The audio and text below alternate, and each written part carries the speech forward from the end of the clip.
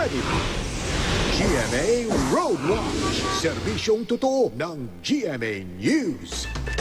Sa puntong ito, alamin natin ang daloy ng trapiko sa ilang pangunahing lansangan sa Metro Manila. Narito po ang live na kuha ng MMDA traffic camera sa C5 Green Meadows kung saan nakikita nyo po both lanes po mga kapuso.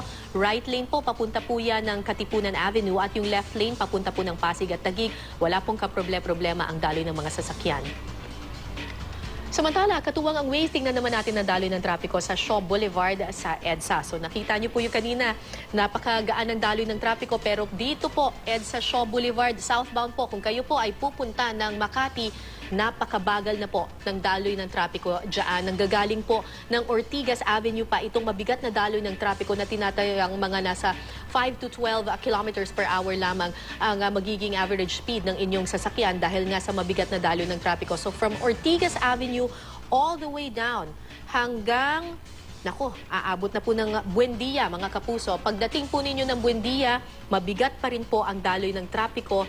Bahagyang magiging maganda po pagpunta ng Ayala Avenue. Pero still and all, talaga po nga mabigat pa rin ang daloy ng trapiko. Kahit po yung northbound lane, pag dyan po sa Makati, papunta po ng Quezon City, mabigat din po ang mararanasan ninyong daloy ng trapiko. Sa puntong ito, dumako naman tayo sa Osmeña Highway sa Makati City. Gaya po ng sinabi ko kanina, yung Buendia po, matraffic po at mabigat ang daloy ng trapiko at papasok po doon mismo sa Buendia, mabigat pa rin po ang daloy ng trapiko na inyong mararanasan dyan. Meron po mga ilang naitalang road construction dito sa may Buendia kung kaya po nagdudulot pa ito ng dagdag na bigat sa daloy ng trapiko. Hanggang sa Osmeña Highway po mga kapuso, mabigat pa rin po ang daloy ng trapiko. Alam naman natin na dito sa Osmeña Highway sinasagawa yung road construction para sa Skyway 3 at kaya naman po mabigat ang daloy ng trapiko. Tinatayang nasa 22 kilometers per hour po ang itatakbo ng inyong mga sasakyan. Yan po yung average speed dahil po sa heavy traffic na mararanasan ninyo sa Osmeña Avenue.